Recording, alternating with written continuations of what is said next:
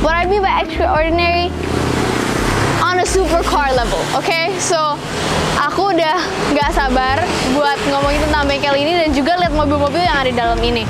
So, how about let's just check it out, and you know, I want to see how it looks. You probably also know what you probably also do know what it wants to look like.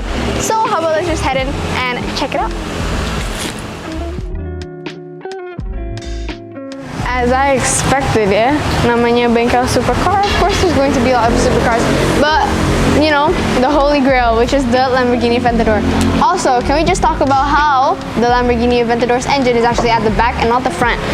Because last time I checked, the front was almost hollow. There were some things in it, but you know, it was mostly hollow. Nah, I personally haven't opened a Lamborghini Aventador before, so I'm going to see how it is.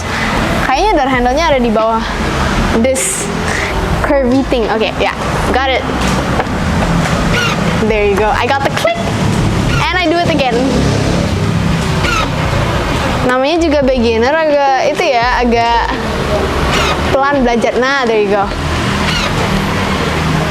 Keren banget. Ini Yes. kamu buka mobil dan punya bengkelnya emang ketemu. Belum. Cari mobil dulu kali ya. Mana nih? Akhirnya ketemu Om. Ya Kimi, kamu datang-datang udah buka-buka pintu aja. Ya kan penasaran Om, namanya penasaran. Ya, pengen lihat mobil ya. Oh, so Om, kan di bengkel Om ini tuh rata-rata carsnya eksotik ya Om. Aku punya pertanyaan nih. Kak, mobil yang paling eksotik di dalam bengkelnya Om tuh apa? Ya, banyak sih sebenarnya. Oh, banyak. Nih, yuk, saya kasih lihat. Oke, Sebenarnya mobil di sini semuanya eksotik. I see. Nah, tapi ada beberapa unit yang paling eksotik. Yang paling eksotik itu yang ini. Ya. Kenapa nih Om? Nah, ini mobil eksotik juga ya, satu bukan dari bodinya juga, dari mesinnya, termasuk interiornya juga. Oke. Lebih enak detailnya. Mau lihat dalam sekalian ngobrol? Boleh banget. Oke guys, mari kita check out yang ada di dalam. Oke Om, aku punya beberapa pertanyaan tentang mobil ini. Pertama, aku mau nanya, di sini kan tombolnya banyak banget ya Om. Betul. Aku mau nanya, yang mana dan apa? Oke. Fungsinya. Iya, jadi di sini tuh apa Om? Ini banyak, ini tuh apa? Ini namanya 7 Suite.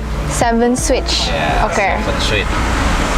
7 Suite ini fungsinya berbagai macam ya. Berbagai macam. Oke. Ya, kita lihat dari titik ini aja dulu. Yang Oke. paling pojok kanan ini fungsinya untuk kaca. Oh, kaca. Jadi ini buat naik turun kaca tuh kontrolnya dari sini. Sini. Oh, gitu. Terus ini tidak aktif. Oke. Ini untuk sensor parking mundur ya. Oke, jadi itu buat sensor parking Iya. mundur. Nah, gitu. Terus dan ini hazard. Itu hazard. Ya. Ini hazard. Oke. Jadi memang banyak harus paham dengan mobil ini. Nah, ini fungsi ini dia ada gambar mobil, terus ada titik panah di bawah. Ini Iya. fungsinya untuk lifting. Lifting. Ya, jadi fungsinya kalau Kimi pakai ini misalkan ya, ada tanggul di depan. Ya. Waduh, mobil ini kan ceper ya. Iya, benar. Nah, ini harus dipencet supaya apa? Liftingnya nanti dia naik.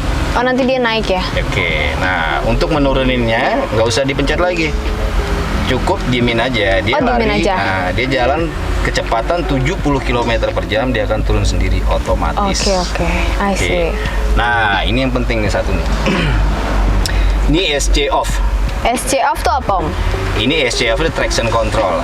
Traction control. Ya, jadi ini misalnya Kimi mau pakai dalam misalkan kondisinya ini lagi nggak bagus ya, kondisinya hujan. Iya.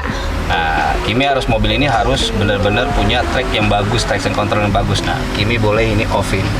I see. Fungsinya supaya mobil ini tetap stabil. Supaya mobilnya tetap stabil. Ya, karena mobil ini kan penggerak roda 4, Ya. wheel drive. Jadi ini harus diaktifkan dalam kondisi jalan itu misalkan basah, terus jalannya bergelombang nggak bagus. Nah, cuman ini juga banyak juga sebenarnya kegunaan ini. Ini juga bisa untuk loss control. Loss control. Ya, tapi nanti saya kasih tahu deh. Oke. Terus dengan ini sama. Juga sama buat kaca sebelah sini ya. I see. Gitu. Kalau misalnya ini tuh buat AC Om. Ah betul. Ini lingkaran ini semuanya fungsinya nih buat AC. Dan kalau misalnya mau kencengin, Oke. ini ya. Kita kalau mau kencengin di sini ada. Oh di situ ada. Oke. Nah, kita mau pakai speed berapa nih ya kan? Kita tinggal pencet ini aja. Nah, dia akan keluar angkanya. Nah, tombol ini untuk kita mau setel berapa anginnya. 2 atau 3 atau 4. Oke, dan yang ini fungsinya buat kita mau pakai udaranya keluar mana kaki atau apa gitu ya. Nah, terus kalau untuk suhu bisa dingin, dikontrol juga. Bisa dikontrol juga. Kalau mau dingin, kalau mau panas gitu ya Om. Ya, kita tinggal pencet yang tengah ini aja. Oke. Kimi mau pakai berapa nih? Mau yang paling dingin ya kan? Bisa. Gitu. Biasa di mobil-mobil lain kan cuman ya hampir sama sih, diputer-puter juga. Ada yang tombol juga ada. Ya seperti ini semuanya nih fungsinya untuk AC. Oke, kalau misalnya di bawah ini apa Om? Yang Strada Sport Corsa tuh apa? Nah, ini yang paling penting. Apa tuh? Nah, ini fungsinya dia, ini Strada, ini Sport, ini Corsa. Oke. Jadi Kimi kalau seandainya dia mau pakai nih ya, jalan. Kimi mau pakai jalan normal aja ya, biasanya buat jalan-jalan biasa. Kimi cukup pakainya Strada. Strada ini kalau boleh dibilang kalau di dunia racingnya nih, Ya. ini paling standar. Oh itu paling standar. Ya, ini fungsinya nih buat performa. Buat performa. Jadi kalau Ya. misalnya mau kenceng-kencengan pakai sport. Ya. Kalau- Jadi fungsinya ini standar. Oke. Cukup ya kalau buat jalan-jalan biasa Kimi pakai standar aja. Terus Kimi pengen main nih di jalan tol.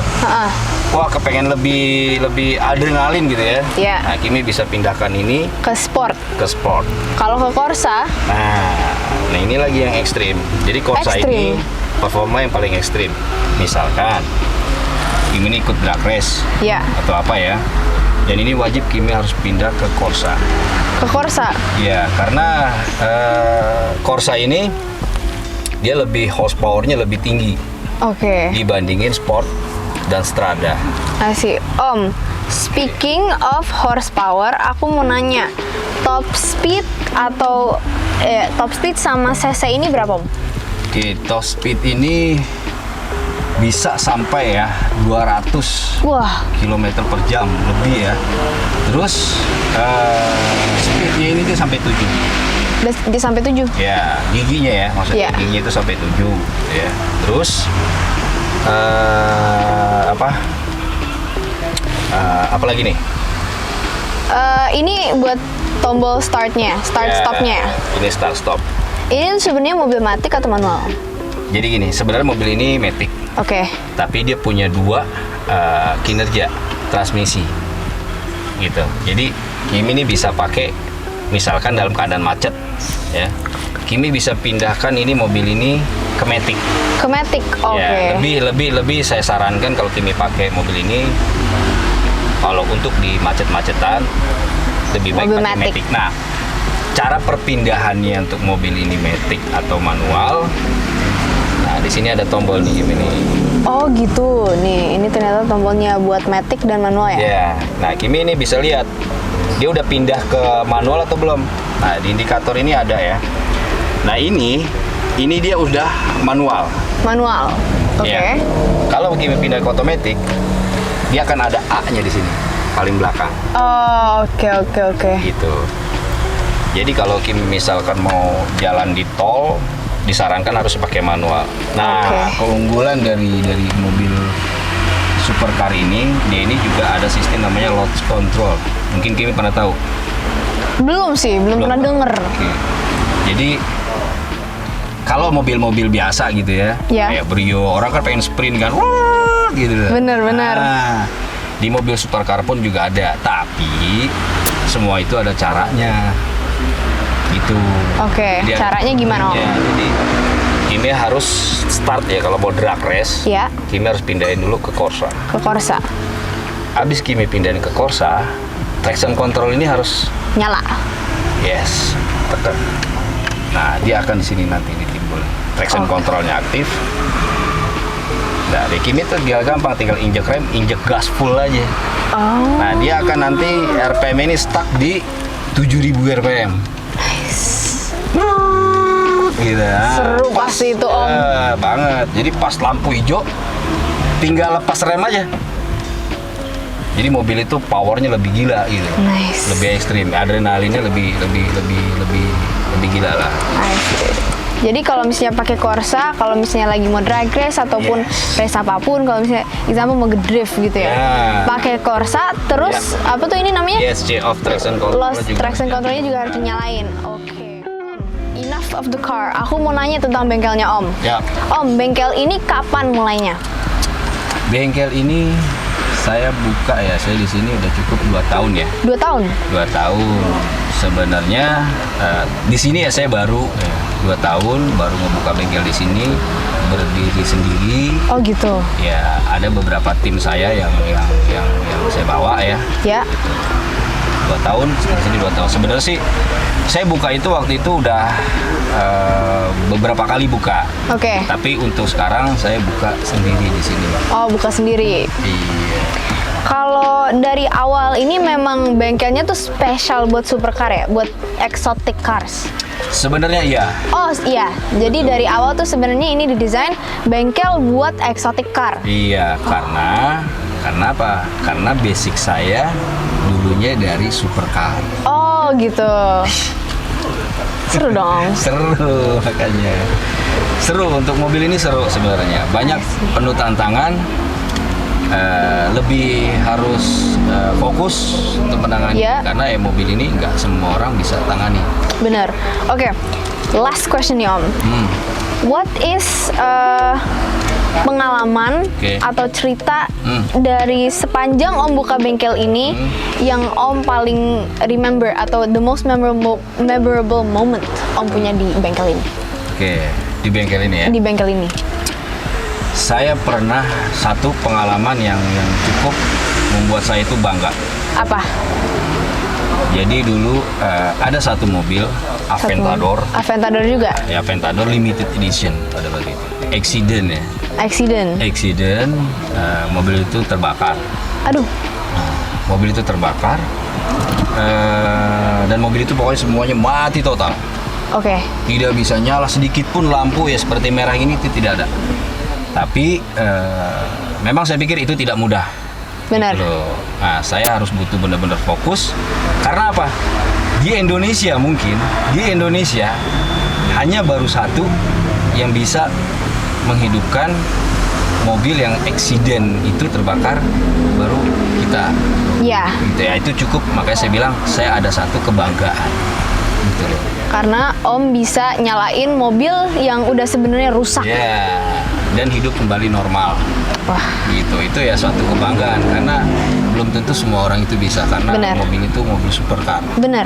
Dan susah juga ya kalau misalnya dikembaliin. Susah sekali. Proses itu berapa lama Om? Prosesnya cukup makan waktu banyak. Berapa tahun tuh? Itu hampir 2 tahun. Waduh.